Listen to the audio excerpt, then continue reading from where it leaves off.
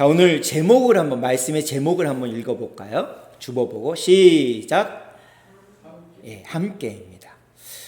자, 갑자기 이 장마가 멈추고 나니까요, 무더위가 이게 정말 하루에 몇 번씩 이 문자 오죠. 문자 방금 전에도 또 문자가 오더라고요.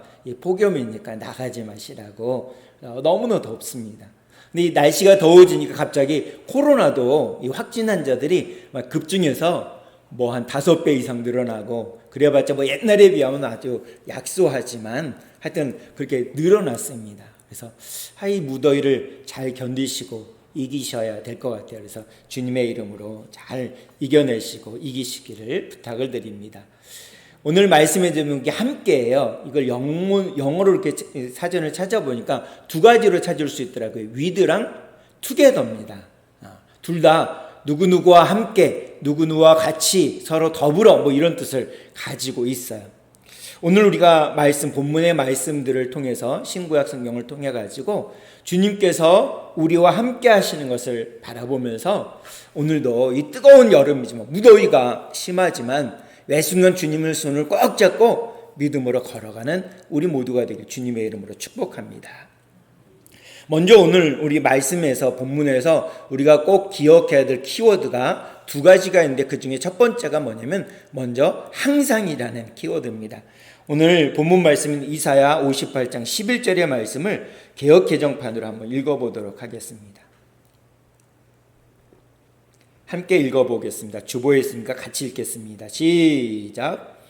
여호와가 너를 항상 인도하여 메마른 곳에서도 내 영혼을 만족하게 하며 내 뼈를 견고하게 하리니 너는 물된 동상 같겠고 물이 끊어지지 아니하는 샘 같을 것이라. 아멘. 여기에 보게 되면 앞부분에 여호와가 너를 항상 인도하여 이렇게 되어 있습니다. 대상을 하나님께서 콕 집어서 말씀하세요. 너를. 이게 너를에 포함되는, 너에 포함되는 대상들이 누구냐면 이 살아계신 하나님의 말씀을 내 마음속으로 믿는 사람, 조금이라도 단 1%라도 주님의 말씀으로 믿는 사람, 그리고 이 주님의 말씀을 눈으로 읽는 사람, 그리고 귀로 듣는 사람, 입으로 읽는 사람들이 이 너에 다 해당이 됩니다. 그래서 하나님께서는 말씀을 주실 때요, 그리고 무엇인가를 일을 할 때 반드시 대상이 있습니다. 하나님은 이 땅에 하나님의 사람들을 통해서 하나님의 위대한 일들을 이루세요. 그래서 너에 해당되는 사람들이, 우리 이 자리에 예배를 드리는 우리들 한 사람 한 사람, 그리고 세상에 있는 사람들 중에 예비된 영혼들, 준비된 영혼들이 다 너에 해당이 됩니다. 그래서 지금 모두가 나와서 예배를 드리는 모든 사람들이 이 너에 해당이 됩니다. 그리고 하나님께서 너를 항상이라고 하고 있습니다. 항상. 이거는요, 내가 좋을 때나 내가 나쁠 때나, 내가 몸이 건강할 때나 몸이 아플 때나, 잠잘 때나 깨어있을 때나 구분하지 않고 24시간 365일 내내 언제나 하나님의 이 불꽃 같은 눈으로 우리를 살펴보고 계시다라는 것이 항상에 포함되는 의미인 것입니다. 그 다음에 뭐냐면 인도하시며, 인도하여 이렇게 되어 있습니다. 인도하여. 성경에서는요, 하나님의 백성들을 어떤 동물로 비유하고 있냐면 양입니다. 양. 근데 양은요, 이 양이라는 동물은 그 시력이 너무너무 나빠요. 그래서 앞에 1m 앞에 있는 형태도 제대로 알아볼 수 없다라고 그래요. 근데 이 양에게는 아주 특별한 능력이 있는데 그게 뭐냐면 청력이 굉장히 뛰어나다라는 것입니다. 그래서 자기 목자인지 남의 목자인지를 어떻게 구분하냐면 청력으로 구분한답니다. 목소리, 그 다음에 걸음걸이, 그 다음에 냄새, 이런 것들로 인해서 나의 목자구나라는 것을 안 됩니다. 그래서 이 양이나 특별히 양은요, 어디를 목자랑 함께 걸어가는데 목자가 가다가 딱 멈추면 안 간답니다. 요지부동이 됩니다. 그 자리에 딱 쓰는 거예요. 소리로, 향기로 알기 때문에 이 목자가 안 가는 곳에는 양 가지 않습니다. 간혹은 이게 이 뿔 달린 양들이요, 목자가 안 가는데도 가는 경우들이 있어요. 큰일 나는 거죠. 근데 대다수의 양들은 어떻게 하냐면 목자가 섰구나, 내가 가면 나는 위험할 수 있어. 이런 것을 안답니다. 그래서 양으로 비유해요. 그래서 하나님을 목자, 우리는 양, 이런 관계입니다. 양과 목자. 아주 긴밀하고요. 뗄래 뗄 수 없는 관계죠. 그래서 그래서 물 먹을 때도 풀을 뜯을 때도 목자를 따라가지 않으면 양은 죽습니다. 양은 무기가 없어요. 무기가 없기 때문에 언제든지 일이나 늑대나 승냥이나 사자밥이 될 수 있기 때문에, 늑대의 밥이 될 수 있기 때문에, 곰의 먹이가 될 수 있기 때문에 목자를 항상 졸졸졸졸 쫓아다닌단 말입니다. 그래서 인도라는 표현을 쓰고 있어요. 그래서 하나님께서, 여호와가 예수님의 말씀을, 하나님의 말씀을 귀담아 듣고 눈으로 읽고 입으로 읽는 모든 사람들, 하나님의 말씀을 믿는 모든 사람들을 향해서 항상 인도하여. 그러면 어떤 일이 일어나냐? 하나님이 인도하시면 어떤 일이 일어나냐? 메마른 곳, 이렇게 되어 있어요. 메마른 곳. 이 메마른 곳은요, 어떤 것이냐면 첫 번째로는 물이 없는 곳이에요. 물이 없는 곳. 그러니까 사람이 살지 않고요, 식물도 없고요, 풀도 없는 것입니다. 우리의 몸이 아파가지고요, 우리의 심령이 메말랐습니다. 그런 모습인 거예요. 그걸 표현하는 것입니다. 우리가 안 될 때, 어려울 때, 몸이 아프고 괴로울 때, 관계가 어려울 때, 이런 모든 것들이 메마른 곳입니다. 메마른 곳에서도 내 영혼을 만족하게 하는, 어떤 만족을 주시느냐? 뒤에 보니까 내 뼈를 견고하게 하리니 너는 물된 동산 같겠고 물이 끊어지지 않은 샘 같을 것이라. 메마른 곳에서도 이렇게 된다. 물된 동산 같고 샘 같다. 물이 끊어지지 않는 샘 같다. 이렇게 되어진다라는 것을 말씀해 주고 있는 것입니다. 이런 인생을 살았던 사람이 있어요. 그분이 누구냐면 바로 다니엘이라는 사람입니다. 이 다니엘은요, 지난주에도 제가 말씀드렸듯이 이 이스라엘은요, 우리나라처럼 약소국가예요. 그래서 외침이 너무 많았어요. 특별히 초강대국이었던 바벨로니아라는 나라가 이 나라를 침공에 들어왔습니다. 그때 왕이 누구냐면 느부갓네살이에요. 이 왕이 그 이스라엘을 침공해서 그날의 좀 똑똑한 젊은이들은 다 잡아가요. 다 잡아요. 그리고 그 땅에 남아있는 사람은 어떤 사람이냐면 아픈 사람, 그리고 데려가봤자 아무 소용이 없는, 힘이 없는, 연세가 많이 드신 분들, 뭐 이런 사람들만 그 이스라엘 땅에 남겨놓고 나머지 사람들은 다 잡아가요. 좀 똑똑하고 잘생기고 힘이 있고 이런 사람들은 다 잡아갔어요. 일을 할 수 있는 사람들도 다 잡아갔습니다. 그 중에 누구냐면 다니엘이라는 사람이 있습니다. 근데 이 다니엘이요, 그 이방 나라 바벨론의 포로로 잡혀갔어요. 노예입니다. 노예. 근데 이 노예로 잡혀갔지만 다니엘이 어떤 삶을 살았는지 다니엘서 1장 8절은 이렇게 말씀하고 있습니다. 제가 읽어드릴게요. 다니엘서 1장 8절 눈으로 함께 읽어주시면 되겠습니다. 다니엘은 뜻을 정하여 왕의 음식과 그가 마시는 포도주로 자기를 더럽히지 아니하리라 하고 자기를 더럽히지 아니하도록 환관장에게 구하니. 아멘. 왕이 내려주는 음식 포도주를 거부한 사람이 없습니다. 거부할 수 없어요. 왜냐하면 지금 다니엘의 신분이 포로잖아요. 포로. 노예잖아요. 근데 그걸 감히 거부합니다. 뜻을 정해서. 이런 마음을 가졌어요. 목숨을 걸지 않으면 이건 불가능해요. 그래서 다니엘은요, 매 순간 목숨을 걸고 행합니다. 그래서 이 왕이 내려준 음식을 먹지 않는 것을 결단을 합니다. 그리고 그들을 관리하는 환관장에게 도움을 요청해요. 그랬더니 환관장이 너희들의 얼굴이 다른 아이들하고 다르게 나빠지면, 제대로 못 먹어서 얼굴이 나빠지면 나는 죽는다. 안 되겠다. 그랬더니 10일만 한번 시험해 주십시오. 우리가 왕이 내려주신 고기나 포도주를 먹지 않고 채소나 물만 먹었을 때 우리 얼굴과 그들의 얼굴과 어떻게 다른지를 한번 시험해 주십시오. 이렇게 이제 얘기를 해요. 10일 동안 시험했더니 얼굴이 더 좋은 거예요. 광채가 나고 얼굴에 기름이 막 흐르는 겁니다. 더 아이들이 눈빛이 반짝반짝 빛나는 거예요. 환관장에 보니까. 그래? 그러면 너희들 이제 왕이 내려준 고기와 그 다음에 이 포도주를 마시지 않아도 돼 라고 얘기했습니다. 이 당시에요, 왕이 내려준 음식들은요, 포도주를 비롯한 모든 음식들, 고기, 채소 이런 것들은 어떤 음식이냐면 그들이 섬기는 우상에게, 이방 신상에게 제사를 드리고 준 거예요. 그러니까 이것을 믿음이 돈독했던 이 다니엘이라는 사람이 이걸 거부한 겁니다. 그래서 거부한 거예요. 근데 신약을 살고 있는 우리들은요, 하나님이 다 먹어도 된다라고 우리에게 얘기해 줬기 때문에 본인이 꺼려지거나 그렇지 않는 한은 먹을 수 있습니다. 하여튼 다니엘이 이런 마음을 가졌어요. 매 순간 그는 목숨을 걸고 아주 신실하게 살았던 사람입니다. 그래서 왕이 여러 명이 바뀌었는데도 불구하고 다니엘은 왕으로부터 늘 총애를 받아요. 사랑을 받습니다. 그의 모습이 어떠했는지 다니엘서 6장 3절은 이렇게 말씀하세요. 제가 읽어드리겠습니다. 다니엘은 마음이 민첩하여 총리들과 고관들 위에 뛰어남으로 왕이 그를 세워 전국을 다스리게 하고자 한지라. 아멘. 이 다니엘이 포로로 잡혀갈 때 바벨론 나라의 임금님은 누구냐면 느부갓네살이라는 왕입니다. 근데 이 6장에 이르러서는 벨사살이라는 왕을 거쳐서 다리오라는 왕이 나라를 다스리고 있었습니다. 이때 다니엘이요, 이 왕으로부터 총애를 받습니다. 아주 사랑을 많이 받아요. 그래서 나라마다 나라의 어떤 그 바벨론이라는 나라가 굉장히 컸는데 우리로 얘기하면 예를 들면 도예요, 도.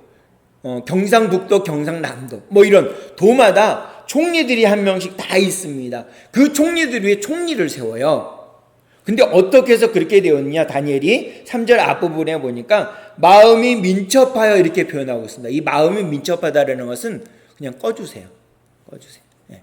마음이 민첩하다라는 것은 어떤 의미냐면 바로 마음이 민첩하다는 것은 어떤 의미냐면 아첨하고 아부하는 게 아닙니다. 아첨하거나 아부하는 게 아니고요, 겉모술수를 쓰는 게 아닙니다.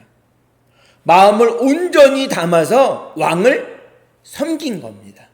전심으로 진심을 담아서 섬긴 거예요. 아까도 말씀드렸듯이 다니엘은요, 항상 목숨 걸고 했습니다. 왕 앞에 목숨 걸고 모든 일들을 하는 거예요. 그래서 아첨하거나 아부하거나 겉모술수를 쓴 사람이 아니었습니다. 그랬는데도 이 마음이 민첩하다는 건 뭐냐면 왕의 마음을 살피는 거예요. 아부하거나 이렇게 해서 살피는 게 아니라 왕이 뭐가 필요할까 기도하는 마음으로 왕을 살펴보니까 왕이 어떤 걸 원하면 그걸 해결해 주는 겁니다. 그런 사람이었어요. 그래서 총리들과 고관들 위해 뛰어남으로 왕이 너무너무 사랑하는 거예요. 이 다리오 왕도, 벨사살 왕도, 느부갓네살 왕도 이 다니엘을 너무너무 사랑했습니다. 그래서 전국을 다스리는 국무총리, 우리로 얘기하면 국무총리입니다. 국무총리에 임명하게 돼요. 근데 이 국무총리에 있으니까 그 나라 본토 소생들 있잖아요. 바벨론 사람들이 어땠습니까? 좋아했을까요? 싫어했을까요? 제가 생각했을 때는 싫어했을 것 같아요. 왜냐하면 노예잖아요. 노예. 신분이 노예잖아요. 포로의 신분이었잖아요. 근데 자기들의 상급자가 돼버렸네요. 그러니까 싫어하는 거예요. 그럼 어떻게든지 이 다니엘을 어떻게든지 왕에게 잘못된 점을 고해가지고 그를 나쁘게 하고 싶은 거예요. 그래서 이들이 모의를 했습니다. 모의를 해서 어떻게 했냐면 임금님에게 하나의 청원을 합니다. 임금님, 이제부터 한 달간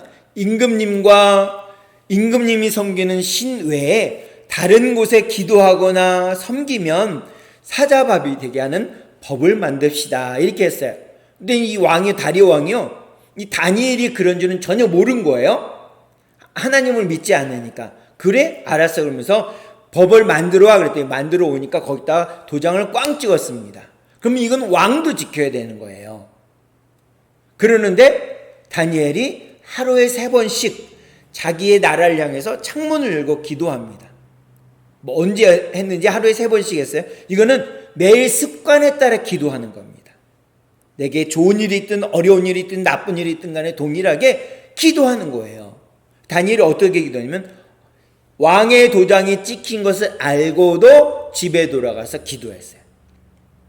어떻게 보면 바보 같은 짓이에요. 그때만 딱 넘기면 되는데 늘 습관에 따라 기도했기 때문에 그는 기도하러 또 올라갑니다. 그랬더니 다니엘서 6장 16절에 보니까 이렇게 말씀하고 있어요. 우리 한번 같이 읽어보도록 하겠습니다. 주보를 보고 같이 읽겠습니다. 시작. 이에 왕이 명령하매 다니엘을 끌어다가 사자굴에 던져 넣는지라. 왕이 다니엘에게 이르되 내가 항상 섬기는 너의 하나님이 너를 구원하시리라 하니라. 아멘.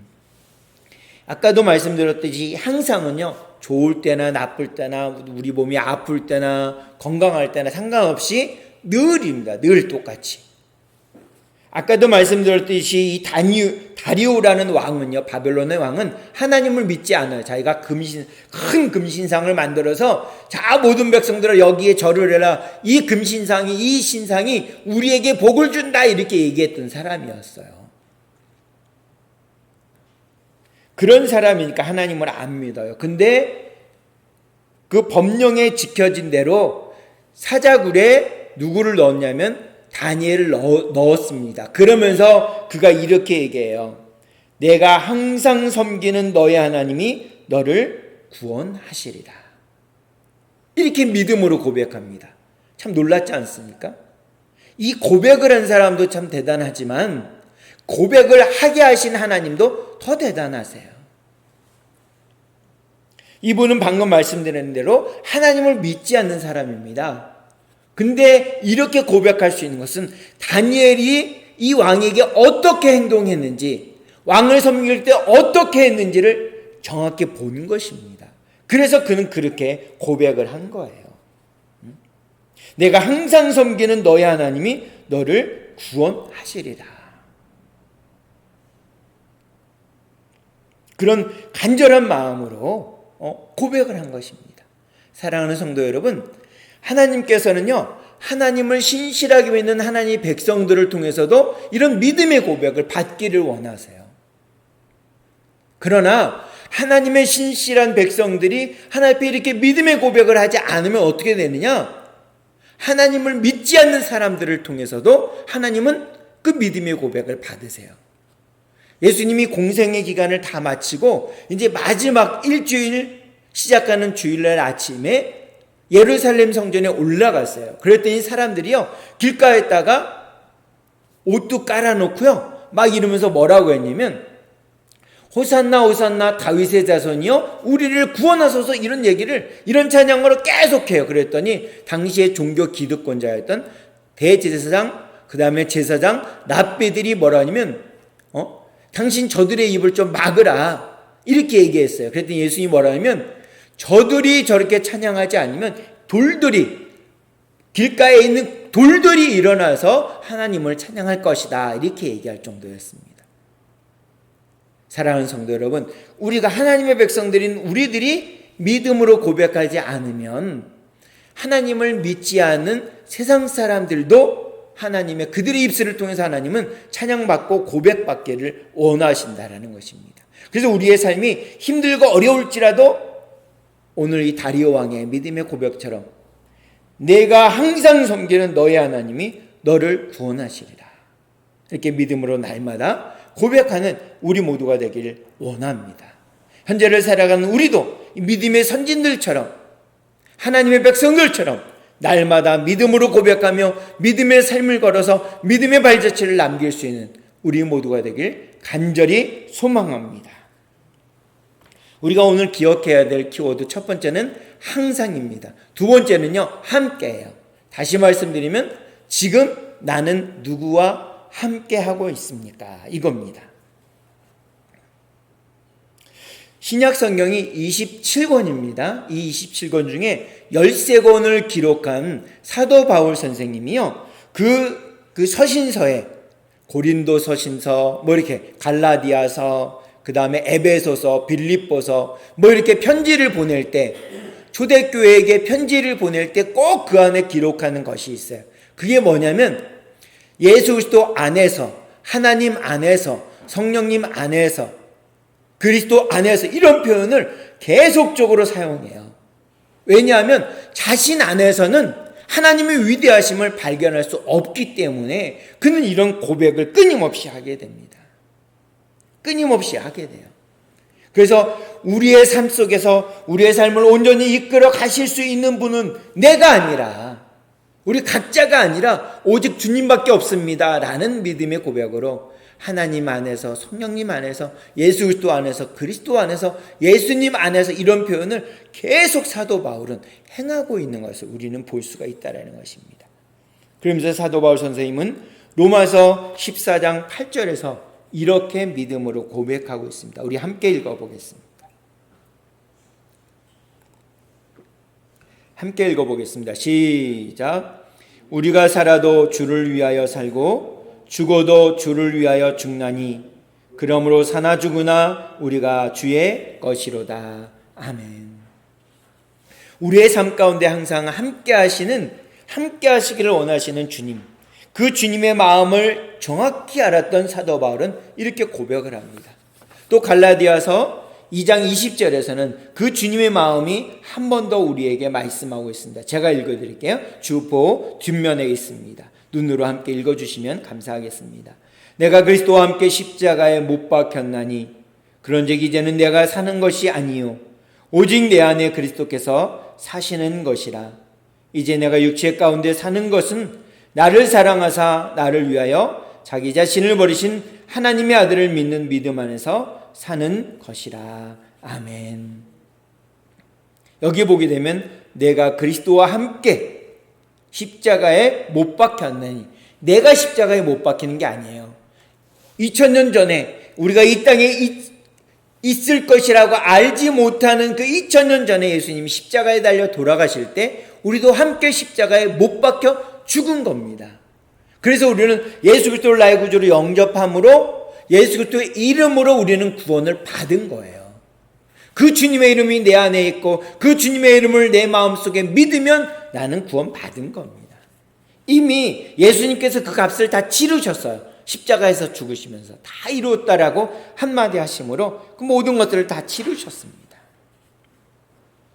이렇게 믿음의 삶을 살았던 또 한 사람이 있어요. 다니엘 말고 또 한 사람인데 그 사람 바로 요셉이라는 사람입니다. 요셉은요, 창세기에 나오는 사람입니다. 창세기 37장부터 요셉의 이야기가 기록이 됩니다. 그리고 이복형들로 인해서 그는 애굽, 지금의 이집트의 종으로 노예로 팔려갑니다. 그래서 바로 왕의 경호대장의 집에 종으로 팔리게 돼요. 그 내용이 창세기 39장부터 기록되어 있습니다. 창세기 39장 2절과 3절의 말씀을 우리 함께 읽어보도록 하겠습니다. 시작. 여호와께서 요셉과 함께 하심으로 그가 형통한 자가 되어 그의 주인 애굽 사람의 집에 있으니 그의 주인이 여호와께서 그와 함께 하심을 보며 또 여호와께서 그의 범사에 형통하게 하심을 보았더라. 아멘. 여기 보니까 여호와께서 요셉과 함께 하심으로 이렇게 말씀하고 있어요. 요셉이 어떻게 했길래 하나님이 함께 하셨을까요? 성경에는 정확히 요셉이 하나님과 어떻게 했는지, 하나님과의 관계에서 어떻게 했는지를 2절과 3절을 통해서는 볼 수가 없어요. 어떻게 그가 그렇게 했는지. 근데 그 주인이 뭐냐면 3절에 보니까 여호와께서 그와 함께 하심을 보며 이렇게 되어 있어요. 눈으로 본 거예요. 요셉이 함께 하는 것, 그래서 형통한 자가 된 것, 그리고 그의 주인인 보디발이 여호와께서 그와 함께 하심을 눈으로 본 겁니다. 확인한 거예요. 놀랍지 않습니까? 어떻게 그렇게 확인할 수 있었는지, 그가 어떻게 삶을 살았는지를 창세기 39장 9절은 이렇게 말씀하고 계세요. 제가 읽어드리겠습니다. 이 집에는 나보다 큰 이가 없으며 주인이 아무것도 내게 금하지 아니하였어도 금한 것은 당신뿐이니 당신은 그의 아내임이라. 그러니 내가 어찌 이 큰 악을 행하여 하나님께 죄를 지리까. 아멘. 요셉은요 매사에 이렇게 살았습니다. 이 보디발의 아내가 아이가 없었어요. 성경에는 아이의 얘기를 기록해 놓지 않은 걸 보면 아이가 없는 것으로 우리는 알 수가 있습니다. 요셉이요 한참 이게 멋진 외모를 가진 20대이니까 이 보디발의 아내가 봤을 때는 너무나도 잘생기고 예쁜 거예요. 자기가 사는 곳은 애굽이니까 북아프리카니까 이 중동 지방에 해당되는 이스라엘인인 이 요셉을 보니까 정말 잘생긴 거예요. 우리가 봐도 이 중동 사람들은요 이 눈이 얼마나 큰지 몰라요. 이렇게 부리부리하게 눈도 크고요 이목구비가 뚜렷해요. 얼마나 잘생겼는지. 남자는 잘생기고요 여자는 다 이쁘더라고요. 보니까 중동 사람들이 대부분 그렇습니다. 그러니까 이 보디발의 아내가 보니까 너무 잘생긴 거예요. 그래서 유혹했습니다. 옷도 만들어주고 자기가 그리고 아무도 없을 때 그냥 이렇게 비스듬히 누워서 막 유혹하는 거예요. 그랬더니 요셉이요 그 유혹을 뿌리치면서 20대의 한참 혈기왕성한 나이에 그를 뿌리치면서 이렇게 얘기해요. 이 집에는 나보다 큰 이가 없으며 주인이 아무것도 내게 금하지 아니하여서도 금한 것은 당신뿐이니 당신은 그의 아내입니다. 그런즉 내가 어찌 이 큰 악을 행하여 하나님께 죄를 지리이까. 이렇게 고백을 합니다. 여기는 두 가지 의미가 있어요. 첫 번째는 하나님 앞에서 내가 어떻게 죄를 짓겠습니까? 하나님 앞에서의 삶을 살았어요. 종으로 살지만 비록 노예로 살지만 하나님 앞에서의 삶을 살았습니다. 이것을 다른 말로 신전의식이라고 얘기해요. 내가 무슨 일을 하더니 내가 하나님 앞에서 살고 있다. 이런 마음인 거예요.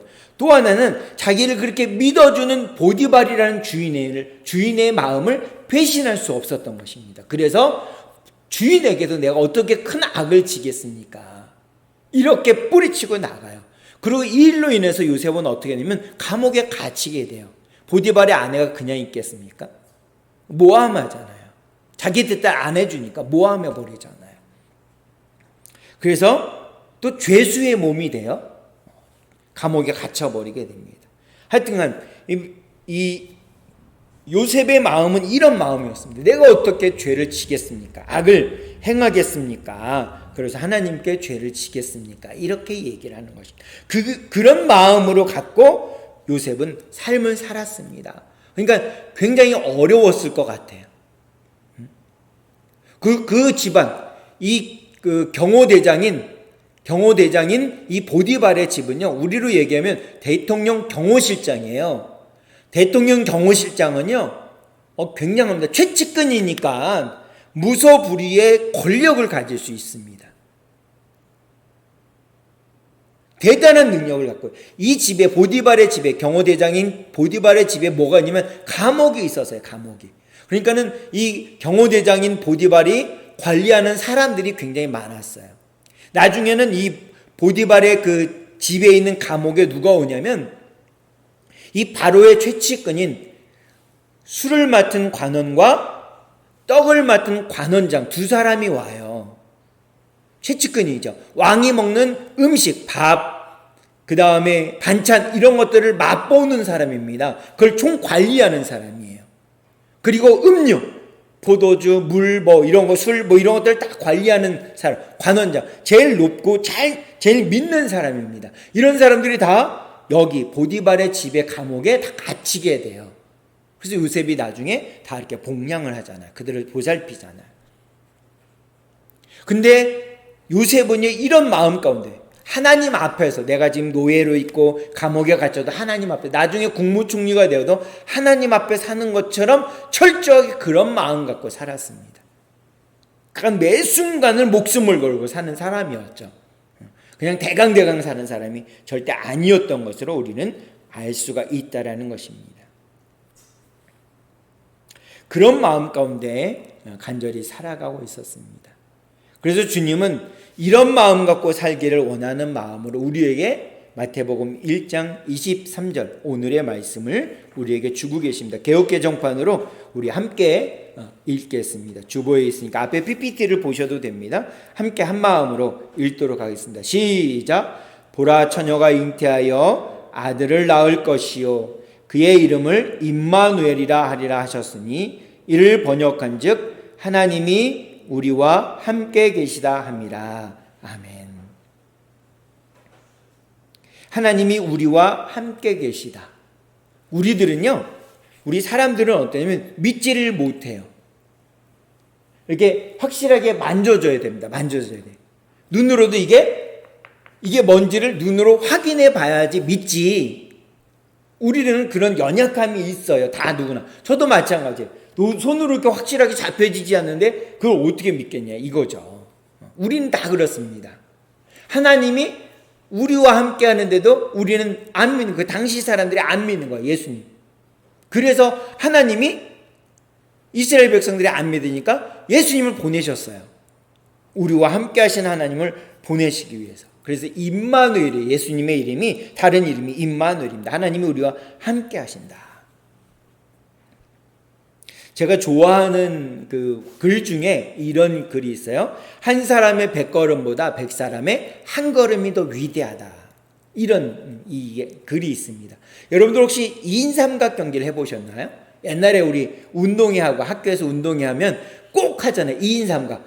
두 사람이 발이 4개잖아요. 근데 가운데 발을 묶어가지고 발이 3개입니다. 3개.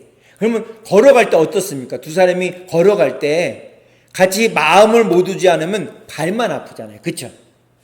그래서 어깨동무를 하거나 하나 둘 이렇게 하잖아요. 근데 그걸 100명이 묶었어요. 그러면 어떨까요? 이게 한 발자국 뛰는 게 쉬울까요? 어려울까요? 어렵습니다. 잘 안 돼요. 넘어지기도 하고 막 그렇습니다. 그래서 한 사람이 100걸음 가는 건 너무나 쉬워요. 100보만 가면 되니까. 근데 100사람이 한 발걸음 내딛는 건 너무 어렵습니다. 안 돼요. 잘. 모두가 마음을 모으지 않으면 이게 정말 안 될 것입니다. 마찬가지로 주님의 뜻을 가지고 주님 앞에 나와서 함께 마음을 모으지 않으면 어려운 일들이 참 많습니다. 그래서 마음을 모으는 일에 사단은 끊임없이 우리의 마음을 방해해요. 못하게 합니다. 어렵게 만들어요. 그런데 우리가 마음을 모으기 위해서 어떻게 해야 되느냐? 내 마음을 내려놓고 상대방의 마음만 받아들이면 되느냐? 그렇지 않습니다.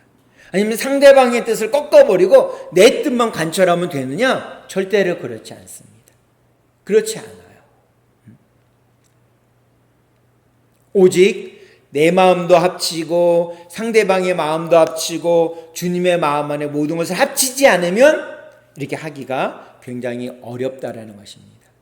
또 아프리카의 속담에 보니까 이런 얘기가 있더라고요. 빨리 가고 싶다면 혼자 가라. 그러나 멀리 가고 싶다면 함께 가라.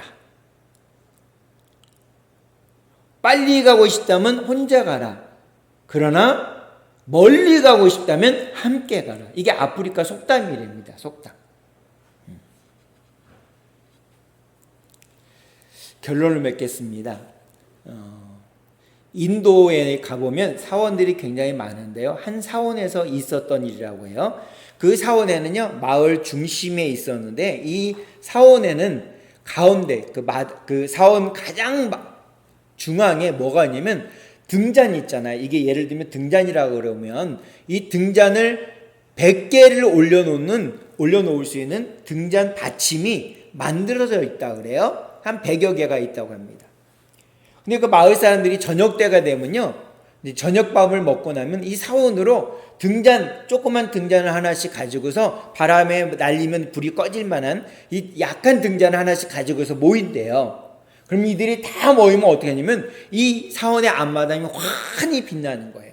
그럼 거기에 이제 예를 들면 뭐런 예식을 한단 말입니다. 그러면서 집으로 돌아갈 때도 똑같이 등잔을 가지고 왔던 자기의 등잔을 가지고 집으로 한 명 한 명 간답니다.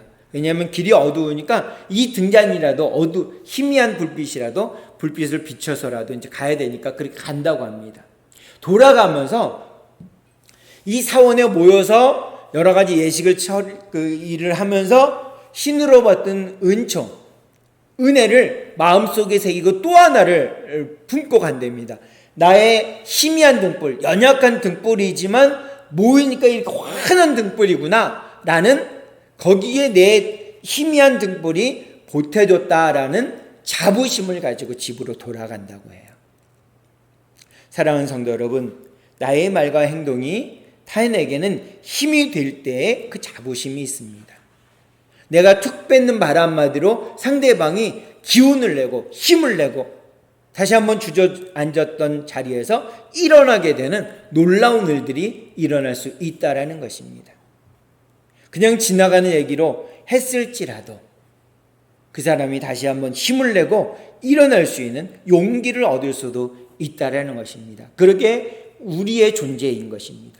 나는 연약하고 나는 부족해 보여도 결코 하나님은 우리 한 사람 한 사람을 그렇게 보시지 않는다라는 것입니다. 그래서 우리의 삶이 메마른 곳과 같은 그런 척박한 곳에 있을지라도 내 몸이 너무 아프고 힘들고 이 무더위 가운데 무너질 것 같은 상황일지라도 오직 나의 주님을 온전히 의지함으로 그분과 손을 꼭 잡고 나와 동행하시기를 원하시는 임마누엘 되시는 살아계신 주님과 손을 잡고 믿음으로 이번 한 주간도 뚜벅뚜벅 걸어갈 수 있는 우리 모두가 되길 주님의 이름으로 축복합니다. 그 마음을 담아서 우리 결단기도 함께 드리도록 하겠습니다. 시작. 하나님 아버지, 저는 죄인입니다. 어디에서 와서 왜 살며 어디로 가는지 알지 못하고 방황하며 살았습니다. 저의 죄를 위하여 십자가에서 죽으시고 부활하신 예수님을 제 구주로 모셔드립니다.